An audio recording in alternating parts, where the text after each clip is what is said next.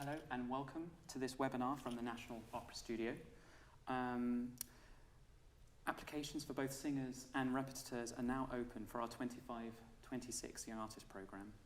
Ahead of our applications closing for singers later this month on the 24th of November and the 27th of January for repetiteurs, we've brought together a panel to provide an overview about the studio, what we offer, and to answer any questions you may have. On the panel is Eric Melier, our Artistic Director, Alison Devenish, our Senior Staff Coach, Lucy Bradley, our Resident Director, and Nancy Holt, one of our 24-25 Young Artists. Welcome, everyone. And just a few housekeeping things ahead of the discussion. This session should last around 45 minutes. We're streaming live on YouTube, and this session will be available after the session and on our website. Lots of questions have been sent to us already, but if you're watching this and have a question, please submit these in the chat on YouTube, and we'll try to answer these at the end of the session. And without further ado, I'll pass on to Eric. Hello, everybody. Welcome. I thought I'd start with like a quick and dirty overview of what the National Opera Society, National Opera Studio does. The National Opera Society has been launching the careers of Did I say that again? You did. Wow. It's been a long day. Yeah, it has been. The National Opera Studio has been launching the careers of exceptional singers and pianists for nearly 50 years. We offer 9 months of professional training to typically 12 singers and 4 pianists. And we pay a monthly stipend of £850 with additional support of up to £770 a month. But what makes us truly unique is that we're not part of one opera company, but rather the 6 major UK opera houses serve as our partners. Their general directors sit on our board, and our artists perform residencies across the country with these companies in their theaters and with their orchestras, and have regular contact with the casting teams, starting with your initial audition. We bring in internationally active professionals for regular master classes and coachings, covering all the aspects of musical, stagecraft, and resilience training that you will need to launch your career. I thought I'd also give kind of an overview of the year of activity here, what kinds of performances we offer. And each year is slightly different depending on the calendars of the partner companies and our residencies, and also we try and cater as much as we can to the training of the specific artists that come through here. But to give you an example, this year, we're about 6 weeks in, we've just had half-term break, so we've had intense coachings, language, musical, dramatic coachings, resilience coachings already, and we're about to start rehearsals for a series of scenes that will be done here with the fantastic internationally renowned director Keith Warner. This is a selection of Shakespeare scenes that have been set by contemporary composers. Next up, we have a residency with the Welsh National Opera, and a residency program is typically a concert program of scenes that are done with an internationally renowned director and conductor. And then we go straight from Welsh National Opera into the Scottish Opera residency. And from there, we go into a Baroque project that will be done here in this theater. From there, we go to a Wigmore Hall recital. And then after that, we finish the season with a residency with Opera North. So within this course of the season, we have these 3 companies that we will spend time with. And also in there, we have a concert with the E&O Orchestra that'll happen in March as well. So 4 of our partner companies we work very actively with over the course of this year. In addition to that, we have regular recitals also right here as part of our Wandsworth Wednesday recital series that are streamed for each recital. We have auditions for companies, and we have auditions for managers. We have master classes throughout the year. We just had one last month with David Butt Phillips, also with Elizabeth Llewellyn. And beyond that, we have regular and guest coaches in all of our different areas: the musical, the vocal, the stagecraft, resilience. And we bring in vocal coaches as well, and I just want to talk a little bit about that because we don't have a representative here. But our vocal coaches like Rachel Nichols and Della Jones, they enhance the work that you do with your teacher and the technique that you've built. And very often they're able to answer specific questions about repertoire and how to navigate those sort of tricky passages without sort of reworking your technique. So they're there as a valuable resource for you during your time here. I'd like to turn over to our senior staff coach, Allison Devenish, to talk about the musical coachings. So I am one of two senior staff coaches. The other one is Liz Rowe. And we do, yes, this individual coaching, looking at the accuracy of all of your music, expression, communication, with the repetiteurs that I also work with, enhancing their piano keyboard skills, languages for all singers and pianists. And as Eric was saying, it's senior staff coaches, but then a plethora of visiting coaches, which I think is important for all the young artists here to experience a variety of styles of coaching, because it is important to get a lot of information and learn how to use it, disseminate it, and take it on for your own advantage of your future. We also, in addition to this vocal coaching, as you said, we have language coaching and also stagecraft and resilience. Also the sounding board from the National Opera Studio has a fantastic sounding board with Liz Llewellyn, who came in to do the master classes, Nikki Spence, Gerald Finley, people who come in and do individual coaching as well, and also these classes, group sessions, plus master classes. The repetiteurs also, in addition to playing for, well, let's just say they play for everything. They are playing for the lessons. They are playing for coachings. They are learning how to coach. And I think very importantly, they get their own time on these residencies with the various companies, because they get a chance to actually observe and be part of music staff and to actually get a deep dive into what is required in this job, which I think is a massive advantage, I think, to just playing for a lesson. I think that what is also, and you probably gathered it from just what Eric was saying, is that a lot goes on. It's a demanding but incredibly rewarding experience, I think, with all that the young artists have to take on quite literally from the minute they walk through the door. And I think that that is probably the most exciting part about the year, is the variety and the high demand, which everybody always rises to. Absolutely, and I should just say our pianists this year are doing residencies separate from our normal residency with Scottish Opera. So they're traveling there and they're getting feedback from the head of music staff and the music director there in week-long residencies, which I think is fantastic. So they're actually seeing what's happening at a partner company and getting valuable feedback from them. We alluded to resilience training, which I think is a special feature that we offer here, and especially in our lead performance coach, Cleona O'Connor, who is fantastic. She's not in the world of opera at all, except for the work that she does with us, which I need to schedule time with her for her to organize my life. And I think she's been a terrific asset here. And beyond that, we offer things like nutrition sessions, intimacy sessions as well. We also offer marketing and branding support, and one of the things we regularly do here in the space as well is offer filming days for people to record videos of their arias throughout the year, so they leave the studio with a healthy package of representative materials for them. And certainly a big part of what we do is the stagecraft training, and I'm very happy that Lucy Bradley has joined us this year as resident director. And could you tell us a little bit about what you do and what happens here? Sure thing. So there are a number of different stagecraft coaches who come in, and I, as Eric said, have been appointed this year, so this is a new role. As resident director, I'm the kind of through line for the cohort, so that they have somebody guiding them throughout their time here, checking in, being the kind of conduit, I suppose, for their different performances, their different residencies that they're doing. I'm working with them as an ensemble to build their skills of working as an ensemble, to be kind of look at their skills about being live and being physical and being on stage and what it means to be on stage.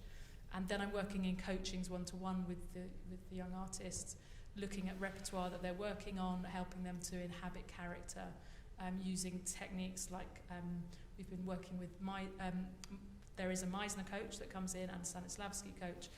In my sessions, we've been looking at Laban, which is a kind of movement system that's very helpful to lots of people, and actioning text. So looking at kind of table work as well as really physical work to inhabit character and to develop skills that will go on to feed the young artists as they enter the world of work. So that's a kind of snapshot of what I've been working on so far. And then over the coming months, as Eric was saying, there are a number of different residencies where the cohort get to work with a number of different brilliant directors and to see how different practitioners work and to put all of that practice in place in performance. That's great. I thought we would talk through the application process. It's all on our website, but it's helpful maybe just to say it out loud for everybody. For singers, it's a little bit different than for the reps, but for singers, we have a first round, and applications are open. Go to our website for the applications. You'll be asked to submit 2 videos and references. And from there, after the deadline is passed, which is on November 24th, that's the last day you can submit materials, a panel consisting of the music staff and singing coaches will go through each application carefully and choose from that pool roughly 75 singers to be invited to our second round. Our second round consists of a live audition here in Wandsworth in this space on January 25th, 26th, and 27th. You'll be assigned to one of those days. Now, the panel is made up of casting representatives from our 6 partner companies. So it might be one of the largest panels you'll ever sing for, but as one of our young artists this year said, it felt like an audience. I actually got to sing for an audience. So I think the pressure for him was relieved by just having more people in the room to sing to. After that, there's a possible series of working sessions afterwards, but we will choose next year's young artists from that pool. Just to say, moving forward, our season next year, our year next year, 25-26, will begin slightly earlier than it has in previous years. And that is very conscious because we believe strongly in creating opportunities for our artists while they're here, but also taking advantage of the opportunities in this country for artists after they leave us. And one of those things, one of the big opportunities is the summer festivals. So our goal, our intention in moving the start date earlier so that we can finish earlier and in such a way that we can hopefully make a lot of our artists available for summer festival work moving forward. We have a lot of details to iron out with that, but that is our hope moving forward. For reps, the audition process is slightly different. The applications are open now, but they close January 27th. And you are asked to submit your materials. And from there, live auditions will take place on February 26th through 28th, also here at the studio, also heard by a panel. So bring your best singing voice. I know mine is terrific, but and be ready to play for us. It's a lot of fun. I'd like to now introduce one of our current young artists. She can talk about all this in much more detail than I can and from firsthand experience. But Nancy Holt is one of this year's young artists of Mezzo joining us. And please feel free to share your experience about the audition application process and how it's going so far. Yes, so I'm Nancy Holt. I'm a Mezzo currently. And I studied at Guildhall all the way through for 8 years. And then during my time, I actually auditioned. I applied for NOS 3 times, and I got it the 3rd time. So the first time I didn't get through. Then the second time I got to the second round, and then the 3rd time I got on. And I spoke to a lot of the other young artists, and a lot of them, it wasn't their first time, and some of them were saying they felt very kind of encouraged to do it again. But I actually find that the more you apply, the kind of better you get at applying. So sometimes that's a good incentive to keep applying every year. What was I going to say? So the the second round is a very long panel. It's a big panel of 15 people. And in a way, that is an amazing opportunity within itself. I don't think there's a better opportunity in the UK to sing to so many the leading people in the UK industry in one place. That doesn't really happen. So, and you get to bring your best aria. So you can bring the thing that you feel like best about and sing it to loads of people in one shot. So I think it's such an amazing opportunity, even if you don't end up getting a place. It's worth it just for like that opportunity. I think one of the things you said was what made you want to apply. So there's two sides of it. One is kind of, it is a way of legitimizing yourself. When people see NOS, I think they instantly see you as someone to take more seriously, I think, maybe. And it gets your name out there, you know, it's all on social media. The social media is run incredibly well. Like, it's really incredibly, we get so many views and people like it, and a video of you singing goes put online and you can use that as marketing and all that kind of stuff. I think it increases your chances to get auditions places. I think if someone's CV says that they have NOS, I think your chances of getting an audition somewhere probably is higher. But then the other side of it is obviously when you get to do it and you get all the opportunities that happen when you do it. So all the coachings, particularly on your arias. I mean, as a singer, the 5-package daunting thing where you have to bring 5 arias and you bring it to all these auditions. NOS that's what they do. They make you feel so good about that package. You can speak to people, you can send your recordings to the coaches and they'll tell you if they think it's a good one or not. And those kind of things is so like beneficial. Obviously recordings, since arriving I've got a recording session on Thursday and I did one 2 weeks ago. So planning to record things is such a tricky thing, and NOS gives you the opportunity to do it lots of times without the hassle of you having to find the pianist, find everything. So that's a really lovely thing as well. I don't know how many times we record, but we record a lot of times, I think, throughout the year.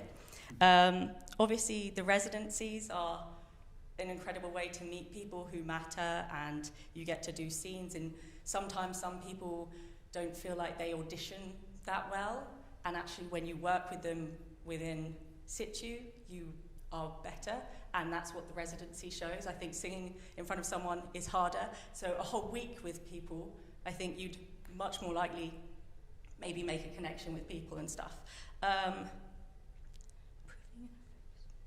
Oh yeah, so another thing is, reason I wanted to apply is it's very like focused on improving on very small things, because maybe when you get to NOS you've done, if you're like me, 8 years of studying already, and it's more about what's the small thing. On the first day they were like, what's the thing you want to improve? And it doesn't have to be, oh, I want to massively change everything about myself. It could be very pernickety. For me, I was like, I really want to practice the big last high note at the end. So every so often we've kind of been practicing that, and that can be very specific, but that's kind of what you want, and that will make you feel more confident.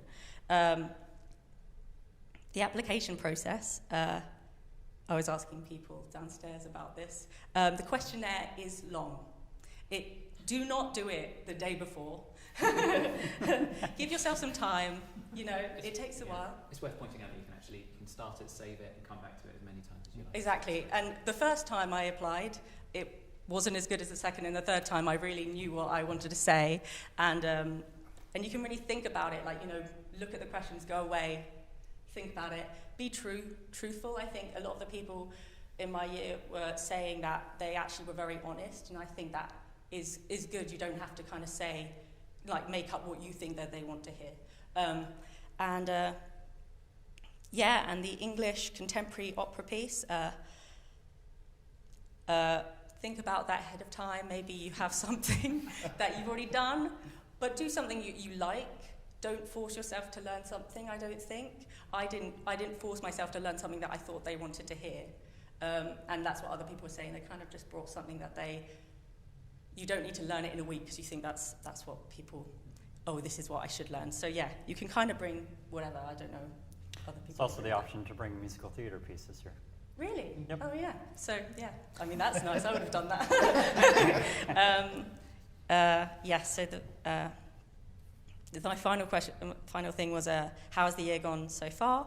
And it's very busy. There's loads of singing. You know, you're singing every day, and there is time to do external work. Obviously, they are very open. Like, so far, it's been very open. If you do want to audition somewhere or do a day's work somewhere externally, so far, if it works, they will grant it to you. So you can, if you're worried about applying because you've got a few other other things going on, I don't think it shouldn't deter you from applying. Oh yes, and I wanted to also say that the funding is actually really helpful. And before arriving at NOS, I had two sessions with Bob, and we talked about funding, and we talked about what I need, and actually talking what would be beneficial for the year and what would make the year go really well. So actually, there's a lot of support there. And what I'm most looking forward to is probably the residencies. They sound really fun, going to different places, into different opera houses and everything. So that's everything on my list. Sorry. Right. Going back to the audition day itself, I think you said there was a big panel, but how did you feel the experience, how did you feel it was when you arrived? It was very, open. You have a really amazing space. Like, for instance, there's practice warm-up rooms before that you can. I know some people arrive much before, and there are spaces that you can, go in and warm up. The bathrooms are really good to change into your dress. there's a space to do that, rather than the corner of a room or something. And so there's lots of facilities. The facilities here are so nice, and so the audition day is very calm. It's very well run, and you should feel. And then when you enter, obviously the panel is there, but in a way, I agree. There's too many people that you can't really focus on anyone in particular. You can't suddenly see a face. I remember leaving and everyone being like, "So who was there?" And I was like, "Oh, I can't think of anyone's face now." But it's I think not it's really too important to us that we want everyone to feel made to feel welcome, Mhm. and it's a supportive environment. I think that's kind of that's really crucial to us. But I think that's something we might touch on later in the questions. Yeah, it's certainly helpful to remember we want you to put your best foot forward. We want to see the best version of you. We want to know that person that we want to put in the right place, and we are looking for the best version of you every time. So absolutely, we don't want to make this a nerve-wracking experience that auditions sort of naturally are, but absolutely.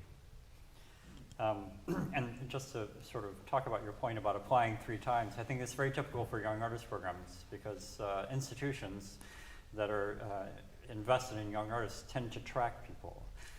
So as you sort of come out of the university academic system, conservatoire system, we're interested in what you're doing and sort of getting you at that right time. That it makes sense for you to be here, that you can take advantage of everything, and that we can offer you everything. And so there's that sort of symmetry back and forth. But it's not uncommon to have to apply more than once, for sure. Okay. We could. I know we've touched a bit on the funding and the financial support offered, but I think it's important to maybe highlight the fact that we also have a lovely family of donors, and they support many support artists individually here throughout the year, and they not only support them during their time here, but then also sort of support their careers as after they leave the studio, and that's something that we feel very proud of, and that we're very we love to have them as part of our family, and hopefully they become one of yours, and become one of your biggest fans, and that's very crucial to us, and that's something that I think is a very important thing about the studio. And it's also important to say that there is continued support after people leave the studio. We'd like to think that everyone, if young artists need to carry on doing filming sessions, or they need a space to practice, or they need someone to come and ask for advice, this is a place where they can come to, and that's something we like to continue to offer. Great. We have a list of questions. We might be jumping around a bit, but hopefully we've covered quite a lot in our intro sessions. I'd like to maybe start with maybe Eric, but please have everyone chip in if necessary. What kind of artist profile are we looking for? Is there one? Well, I think we're looking for someone who is technically secure enough to be able to take advantage of all the things we have to offer. So I hesitate to sort of say it has to be this age or after this level of training, but someone who's sort of on the verge of their career and needs some finishing touches with language, with stagecraft, with all the coachings that we've talked about so far, and then can step out and start their career leaving us. So someone who's right on the verge of that career. But for me, it's someone vocally, technically secure that they can sort of make it through the year, because there is a lot of singing, there's a lot of activity, and we want to make sure you stay healthy in that, but also that you're able to take in the information that you get along the way. Other thoughts about that? No, I think just being able to oh, that helps. Being in a place where, as you said, with all the demands that will be put upon you, but the amount of information and the different kinds of information, that you have a core that you can work from, add to, and also discard if it doesn't work for you. But it's if you're sort of in a place where you have a center section of you but are open enough to other information, I think is the most important. So yeah, the cusp, it's a really fine line, right? It's a fence, but you can be either way, because also this is a safe space for I think great development. I'm sure, you know, we all think that we're ready. And I put my hand up there after several decades. But there's always room, quite simply, for improvement. And I think that as long as you come also with an open mind, this is not about being a finished product. We're helping you head that way. And there isn't an age limit, is there? No. We don't have that.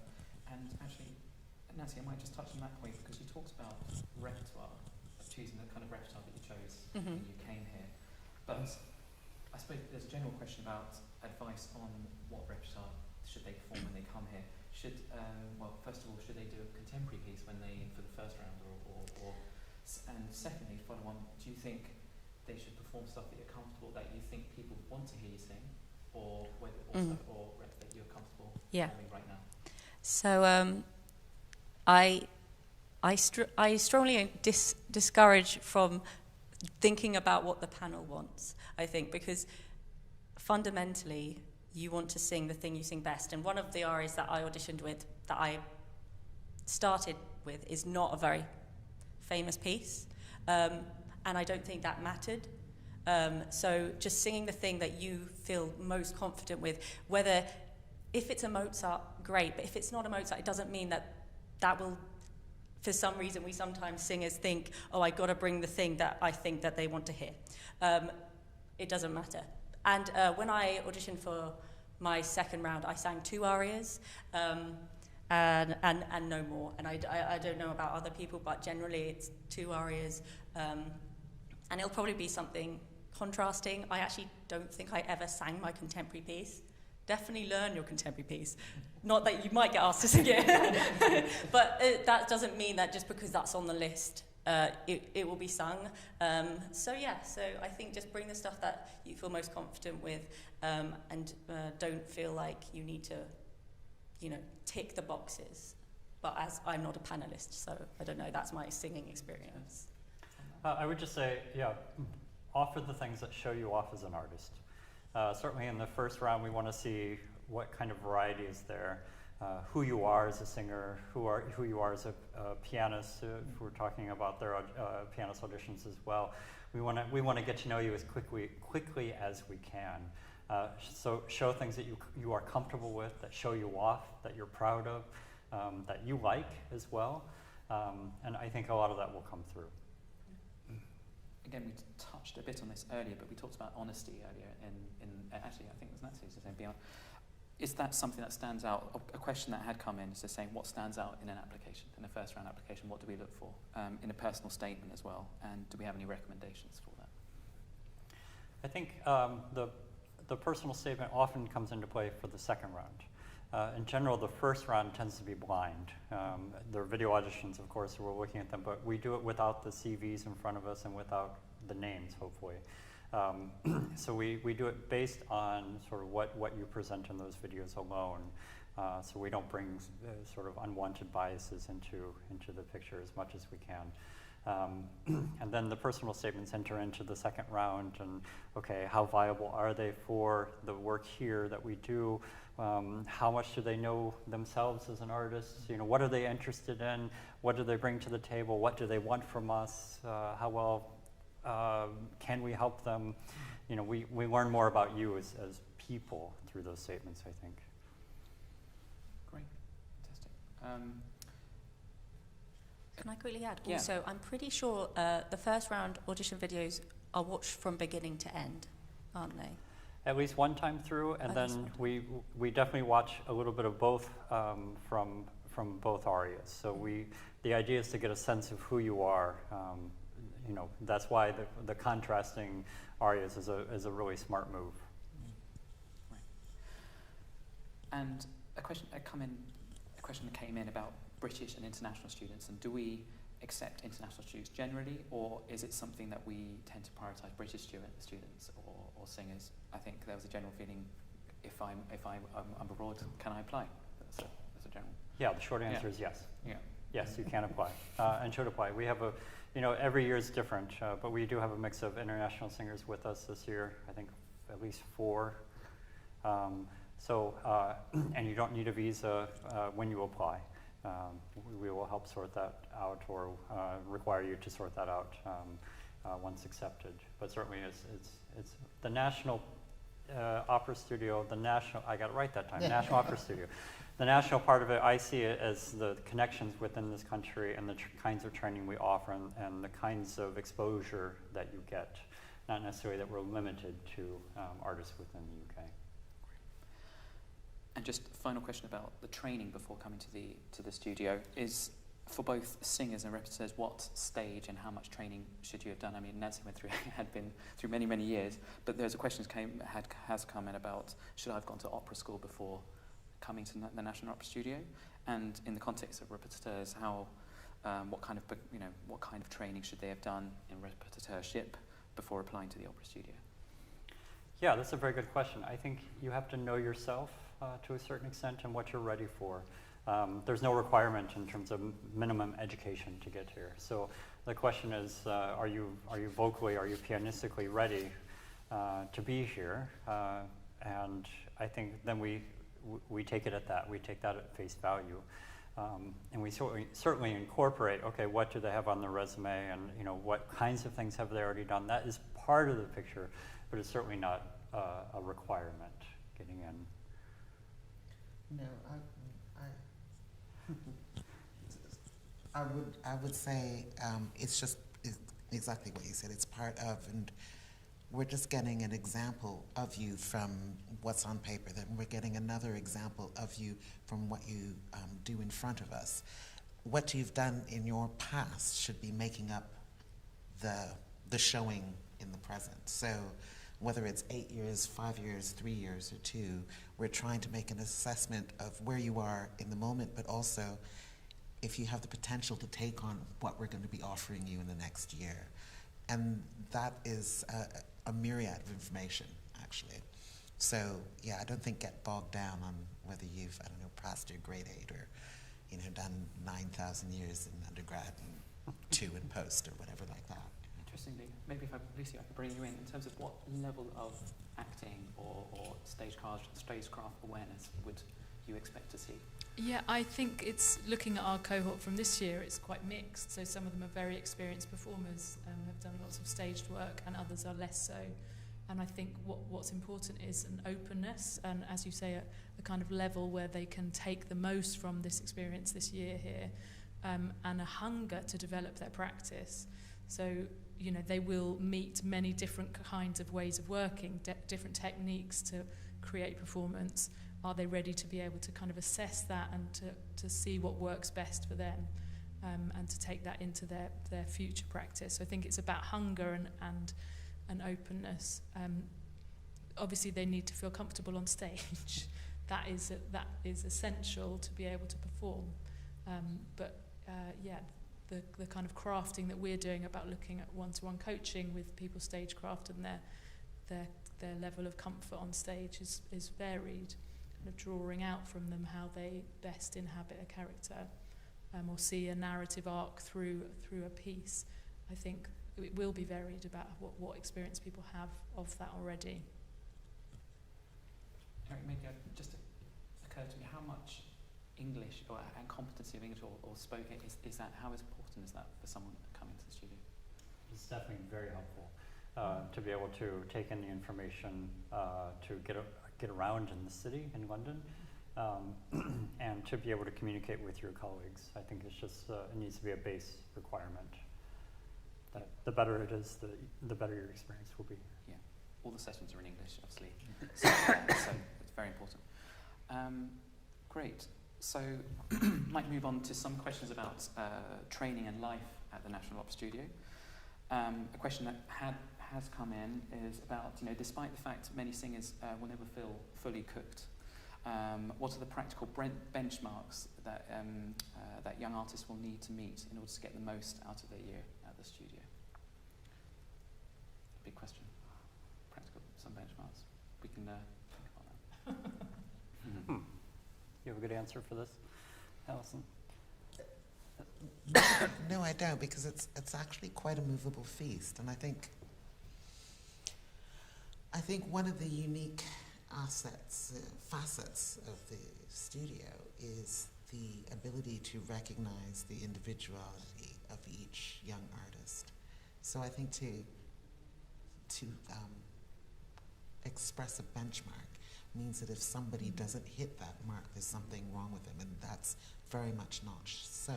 So as you were saying, they see, some people have more stage experience than others, but it doesn't mean that reduces their capacity for learning. Perhaps the benchmark might be the technical security, but even then, we're taking in individuals, and we don't know until we're working with them their capacity to learn, to take on how they receive information and how they retain it, more importantly. I'm really hesitant to do that because I don't want somebody to think, well, I'm not there, so I can't apply. I think that's absolutely right, and exactly as Lucy was describing it. Everybody comes to this career with a different set of skills. Yeah. And so our goal while you're here with us is to identify what you do really, really well and what you still need to work on, and with the idea that while you're here, we can help you work on those skills, whether it be French diction or stagecraft or how to organize your life outside of your musical and career life. All those things we want to help you to identify so that when you go out into the career, that you're ready to address those and you know what your strengths are, but you also sort of know the things that you need to continue to work on, as we all do. None of us is sort of 100% in all the areas, so it's really important that we identify what we do well as artists and what makes us unique, but also the things that we continue to need to work on and develop. Thank you. So I have some quick answer questions here. So do we help with accommodation? Yes, whenever possible, we help link people with accommodations. We have some donors who are very generous. We have some contacts, so certainly as much as we can, we do try to help. Great. And we don't offer singing teaching here, is that right? In the most technical of senses, Nancy, you can speak to this. I think you've had enough coachings, but I think the vocal coaches here are very aware that they're not here to sort of lay a foundation of technique for you, but to enhance what you already have. Yeah, so you still can keep your external singing teacher, and there's a fund of £200 for singing lessons, and then obviously the coachings, it kind of can be as much about technique as you want it to be. I suppose if you ask, you can receive, but if you don't want someone, that's fine. So it does. I've definitely had a lot of talks about the vocal technique side, but I don't think that is, if that's not what you want during a coaching, I don't think you need it. Yeah, and that's £200 per term, so Yeah. 600. Oh, okay. Of course you do. You have more coming. Yeah. And just to clarify, we don't do whole operas here, is that right? No, we don't. Yeah. Yeah. So, and and so just focusing on scenes. But I think a question had come in talking about whether we used to be able to offer working on whole roles here at the studio, but now that is a change of focus, I think. Well, we for certainly a long can. time now. We certainly can. We have the capacity certainly to do that. If you are dead set on learning me while you're with us, we can make that happen for sure. But it's not necessarily what we offer. It's a philosophical choice of of wanting to offer you a wide variety, so that you again get to know yourself as an artist, what you do well, what you're attracted to, what kinds of repertoire you crave, and what kinds of repertoire maybe you don't crave, which is also just as valuable. So that's the philosophy behind that. Sure. And quick question about NAs. How easy is it to get NAs here? All depends on the timing, honestly. If it comes down to a period in which you're at a residency, probably not, because we think that experience is so valuable. If it's during a week where it's coaching's happening, but nothing performance driven, then we try to make this happen. As a general rule, we really try to make releases happen, especially as they are for activities that promote your career, competitions, auditions. We want you to be working when you leave us. That's the whole goal. So we understand that is part of that process. There is also a fund for auditions as well, and I can't remember exactly how much that is, but I it's can't keep it off the top of Off my the top of head, my but head. Yeah, but we offer yes, support some for auditions. support for overseas And for auditions as travelling well. abroad, Yeah. to go to abroad auditions. It's worth pointing out that I think we are working hard at trying to, now with the digital and the equipment here at the studio, we can offer auditions remotely. So if you want to audition here for, I think, one of our young artists last year, I think auditioned for, I think, Hamburg, or I can't remember which opera house now, but we're opera company, but they auditioned here and they got their place, and so that is also an option here. So that is something we are continuing to do here. And we're going to end last couple of questions on répétateurs, which is always they're always a crucial part of this program. Are they offered coaching and conducting lessons? Yes, in fact, we just had a rep session this morning that I led with all 4 of them, and we conducted Mozart accompanied recits. I think they enjoyed it. I think there was a combination of terror at first, and then we found our way through it. But yeah, they receive individual coachings as well, and conducting. I'm a pianist myself by training and a conductor, and I know in this career you end up conducting. So let's get everybody comfortable with it. Fantastic. Well, thank you. I think that is our time is up.